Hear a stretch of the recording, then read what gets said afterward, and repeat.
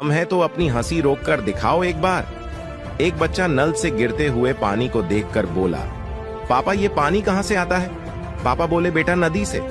बच्चा पापा से कहा, मुझे नदी दिखाने ले चलो। उसके पापा उसे नदी दिखाने ले गए, लेकिन बच्चे ने उन्हें नदी में गिरा दिया। फिर बच्चा दौड़कर घर गया और मम्मी से बोला, मम्मी जल्दी से नल खोलो, पापा आ रहे हैं। बड़ी दुविधा हो रही थी जब बायोलॉजी के टीचर ने पढ़ाया सेल मतलब शरीर की कोशिकाएं, फिजिक्स के टीचर ने पढ़ाया सेल मतलब बैटरी, इकोनॉमिक्स के टीचर ने पढ़ाया सेल मतलब बिक्री, हिस्ट्री के टीचर ने पढ़ाया सेल मतलब जेल, अंग्रेजी के टीचर ने पढ़ाया सेल मतलब मोबाइल। पढ़ाई ही छोड़ दी भाई साहब, यह सोचकर कि जिस स्कूल में 4 शिक्षक की एक मत नहीं, उस स्कूल में पढ़कर क्या होगा। और सच्चाई तब पता चली जब पत्नी ने कहा कि सेल मतलब साड़ियों पर डिस्काउंट।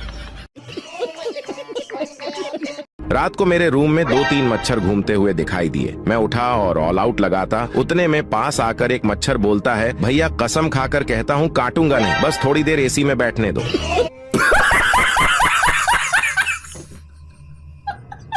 लड़की के चुन्नी सर पर रखते ही पेपर वाले छाप देते हैं धूप ने थोड़ा रिकॉर्ड। लड़का धूप में चक्कर खाकर भी गिरा तो छापेंगे नौजवान नशे की गिरफ्त में। वीडियो लास्ट तक देखे, चैनल पर नए हैं तो सब्सक्राइब करने से 1 मिनट तक हंसी नहीं रोक पाओगे। दुनिया में धोखा आम बात है। अब सूरज को ही देख लो, आता है किरण के साथ, रहता है रोशनी के साथ और जाता है संध्या के साथ है। और कल वर्षा भड़क गई तो छिप गया कहीं जाके मेघा के साथ। साला 2 बात आज तक समझ नहीं आई। जिसने पहली बार घड़ी बनाई उसने समय कैसे मिलाया होगा, और जिसने पहली बार दही जमाई वो जावन कहां से लाया होगा। बात तो सही है। एक मेंढक की छतरी में छेद था। दूसरे मेंढक ने पूछा, तेरी छतरी में छेद क्यों है? ओ ये बेवकूफ, बारिश बंद होगी तो पता कैसे चलेगा। एक बार एक किसान का घोड़ा बीमार हो गया। डॉक्टर ने बताया कि घोड़े को 3 दिन तक दवाई देंगे, इसके बाद भी ठीक नहीं हुआ तो हमें इसे मारना होगा, क्योंकि यह बीमारी दूसरे जानवरों में भी फैल सकती है।